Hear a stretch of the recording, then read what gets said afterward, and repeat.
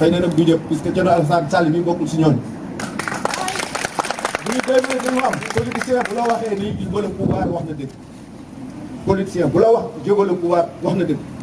deuxième vérité mu ni politicien bu la waxee jigéen moo ma jur wax na dëgg mais nag bu mu indi jigéen ni la jigéen bi moo ma jur xam nga loolu c'est grave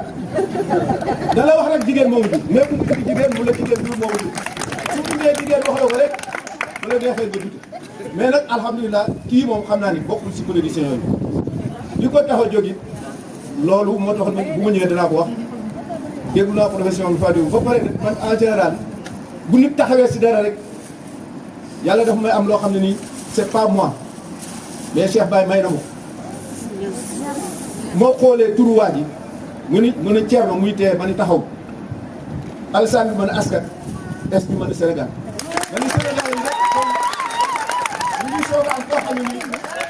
jóg na pour taxawlu mais nag bu dee moom kese du dem donc ñëpp ñi nga xam ne nii lii Thierno Alassane Sall di woote ñu ngi si seen xol te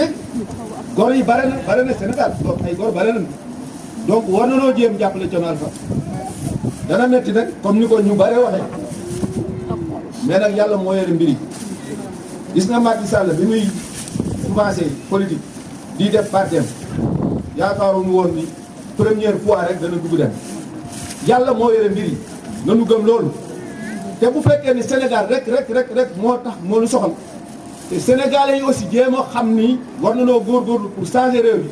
yàlla dana dimbali Thierno Alassane Sall waaye nag bu fekkee ni Sénégalais yi li leen soxal moo di fecc li leen soxal moo di dajo rek tàccoo def danga man je ne fais pas de politique loolu rek moo leen soxal wala yàlla xam ne dañ leen jox toujours ay présidents yoo xam ne bon la ñu doon parce que bëgguñu baax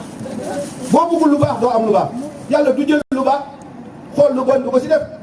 benn góor daf ko bos a wax ni taw bi taw benn taw bi la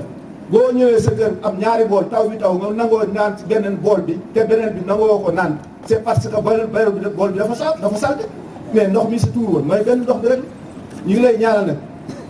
bu baax a baax yal na la yàlla jàppale jël nga yoon bu difficile mais nag yàlla moom ala kulli alin moo jàppale jaamam yal na yàlla jàppale jaamam bi Thierno Alassane Sall bi nga xam ne nii daal boo xoolee moom taxaw na pour askanu Sénégal asalaamaaleykum wa rahmatullahi wa barakatuh